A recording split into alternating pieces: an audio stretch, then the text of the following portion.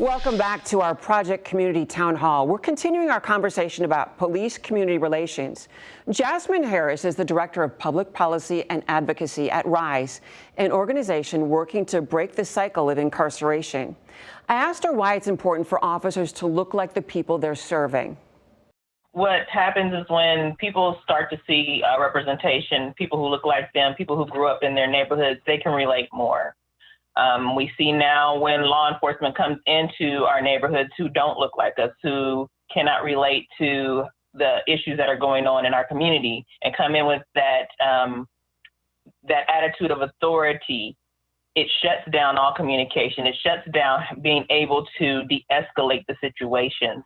So if individuals are from that community who can relate, then they're easier to talk to. They're easier to then get to the crux of the situation that's happening. And then I think that allows for more of that community police relationship to evolve. Shalise, I see you shaking your head there.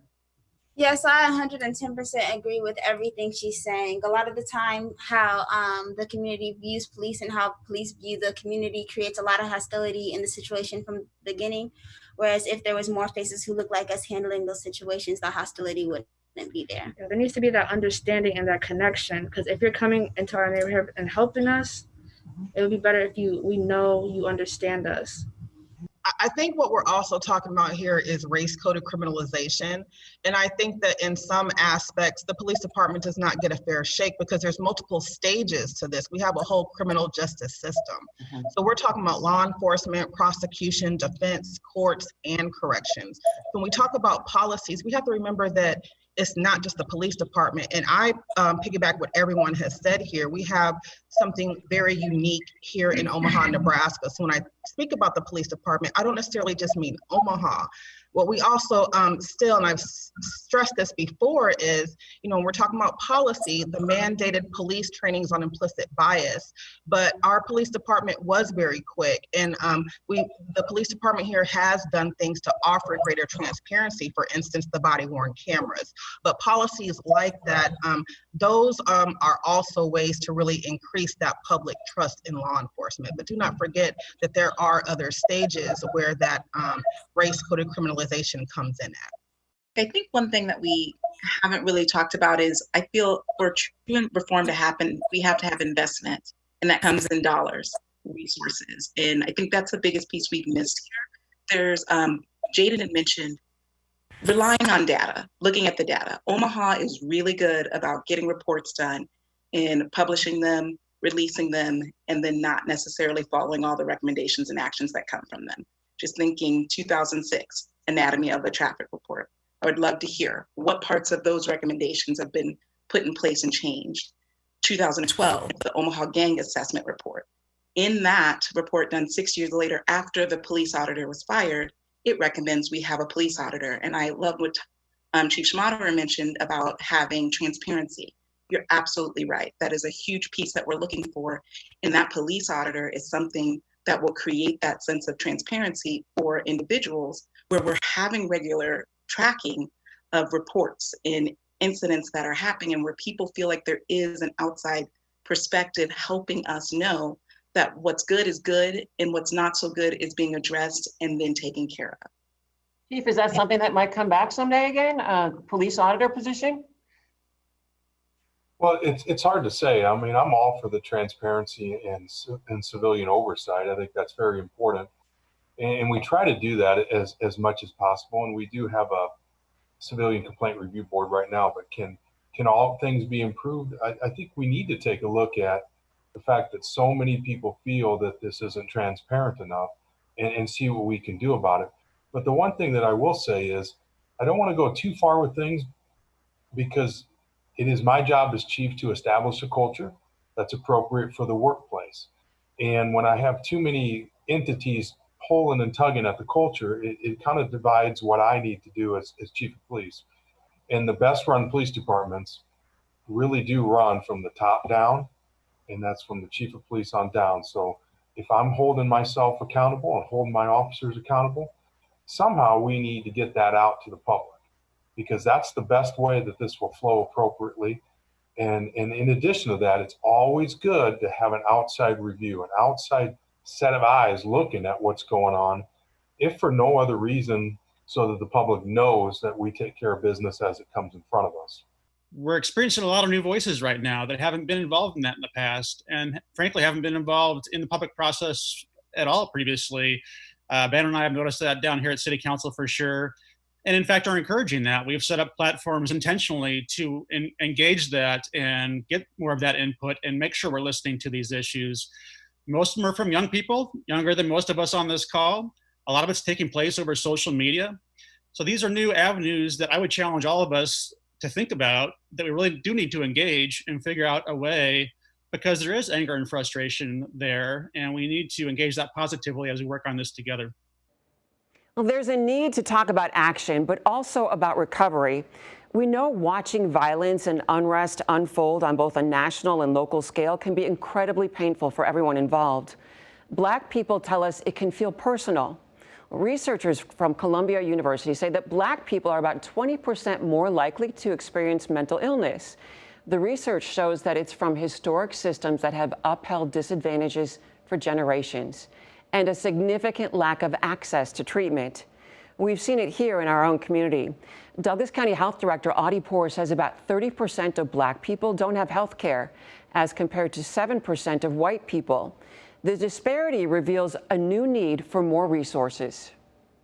You can't move anywhere in getting the health equity until you take care of the racism part. One example I'll give you in respects to that is, let's just take housing as a point. There's a book that I tout everywhere I go, local book, probably one of the best local history books there is, called 24th and Glory by Dirk Chatelain at the World Herald.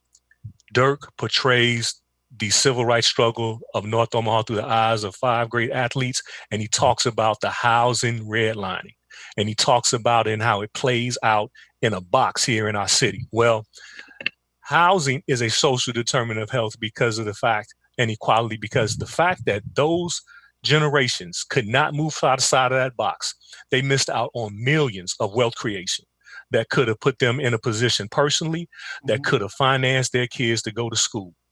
They, by putting yourself in that box health-wise, you concentrated a community with all kind of health issues and things that they couldn't address with dilapidated housing that played out in all kind of ways. So when you talk about racism as a social determinant of equity and part of healthcare, that's what we're talking about in trying to address some of the core issues of how public health plays itself out in public policy and in life. Shalice and Vanessa, how are people around you? How are you dealing with the stress of the pandemics and the protests? Are you reaching out for help? Are you talking to each other?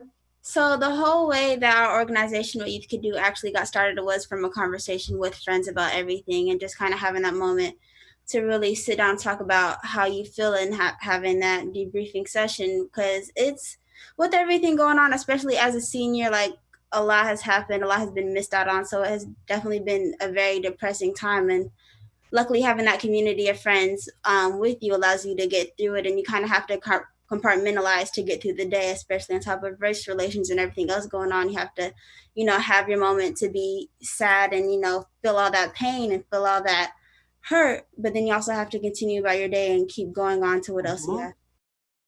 I want to talk with Preston McKesson with the North Omaha Neighborhood Alliance. Is this a time of opportunity for real change? Is there a window here? How long will this last? I think right now there is a window of change, and I think that right now this is going to last a long time. I feel that people are now looking at the different parts, the components of how community comes together, especially in North and in South Omaha.